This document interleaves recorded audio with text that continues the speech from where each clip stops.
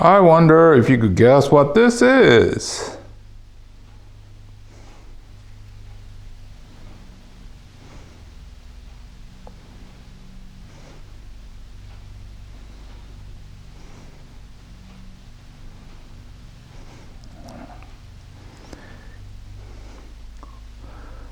Okay, so today's subject is the Korean hornbeam. And you know, I consider this self-shaping. You know, all this twists and turns, it's natural. So all you have to do with a Korean hornbeam is to let nature take its course and just guide it along. Well, first of all, I need to get rid of some of this random growth that came on down here. So I'll go ahead and do that, and then we'll actually start to look at how you go about maintaining and how to shape it. Well, it's no big deal. These that just grew randomly just get removed.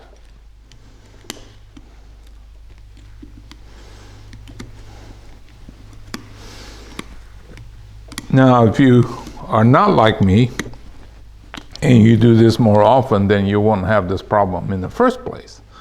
But that's okay. You guys are getting used to my method of doing it when absolutely necessary. Look how big this one got. Only time this is valuable is if it's in the right place and you're trying to fatten up that area. But that was in the wrong place. Should have been removed a lot sooner. But. Okay, let's get down to the business of pruning. See all these that's grown? You just kind of save what you want, and that's why I call this self-shaping. All this twists and turns, I did not wire or anything like that. It just, you gotta kind of guide it along. But see, it's very natural growth habit like that. Oh, I've seen people try to wire this thing and then they wire it contrary to what it wants to grow. And then, well, then you really have a problem, right?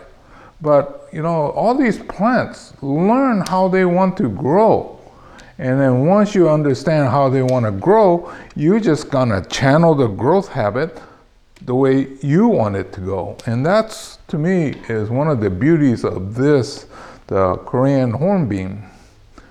Just channel it along. See, all this twist and turn, it's all natural. The main trunk, there's not a wire ever put on this thing. It's all natural.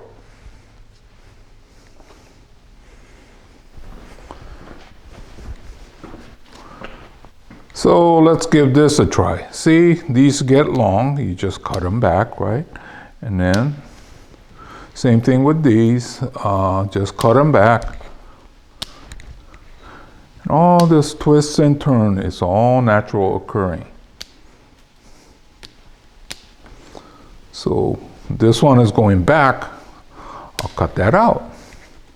This one is tangled in there, cut this out, and you'll come around this way.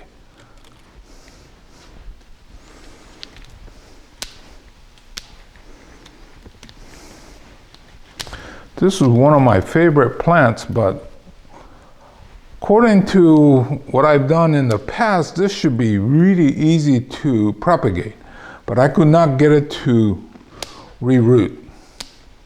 I was missing something and kind of frustrating, but there's always going to be mysteries in life. So, can you see what we're doing here? Take this side off, go that way. Oh, we want to turn this way. Why don't we cut it off here? Just like that. Well, not much to these. These that come up, take them down. And then this is coming back too far this way. Oh, like that. And then this one, We could cut it off, but we don't want it absolute flat, so just take the tip off.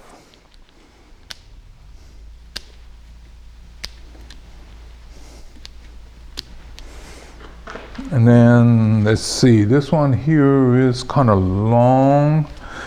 Well, just cut it about here, like that. Shorten that, shorten that.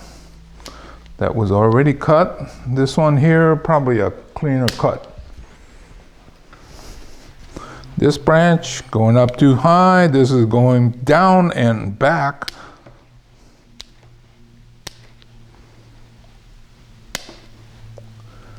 Well, it's kind of jammed in there, so I want it to be back here, but it was nothing, so I'll hold off.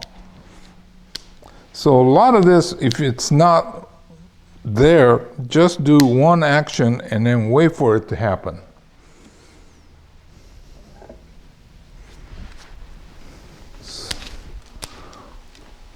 Simple.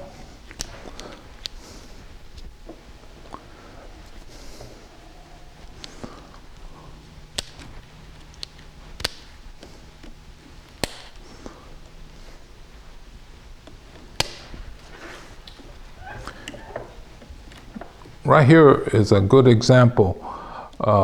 It going up, but there's one that's coming down. So if I cut it right here with my other pruner, like so, see, it starts to go down. So I keep emphasizing, get to know your plants. You know, plants are much better to understand than humans. You just take a little bit of time and then he'll tell you what it wants to do. Now, if they start talking back, then you got a problem on your hands. But you could do a certain cut and see what happens. Then you could say that, okay, for every cut that I make like that, this will happen.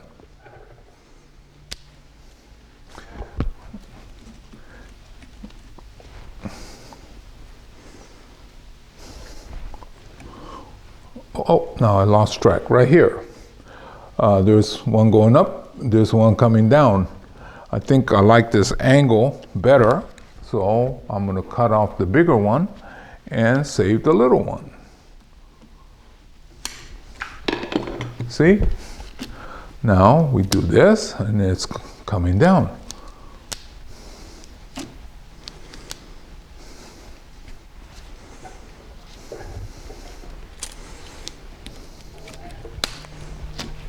Okay, now I'll go ahead and clean up. I've got a minor problem. This is our apex. See, this branch is a little bit on the large side, and those don't belong, but it gives so much character that I think I'm going to leave it. So sometimes these technically incorrect things are absolutely necessary. So I'm going to go ahead and work that a little bit. But yeah, normally when it's big like that, we just cut it off.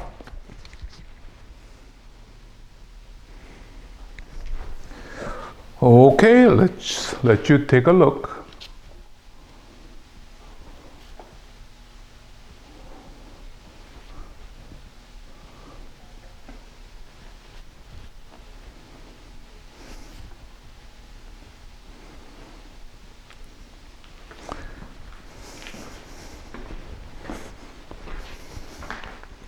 Although this is not my Goodbye Old Friend series, this might be the last time actually you get to see this.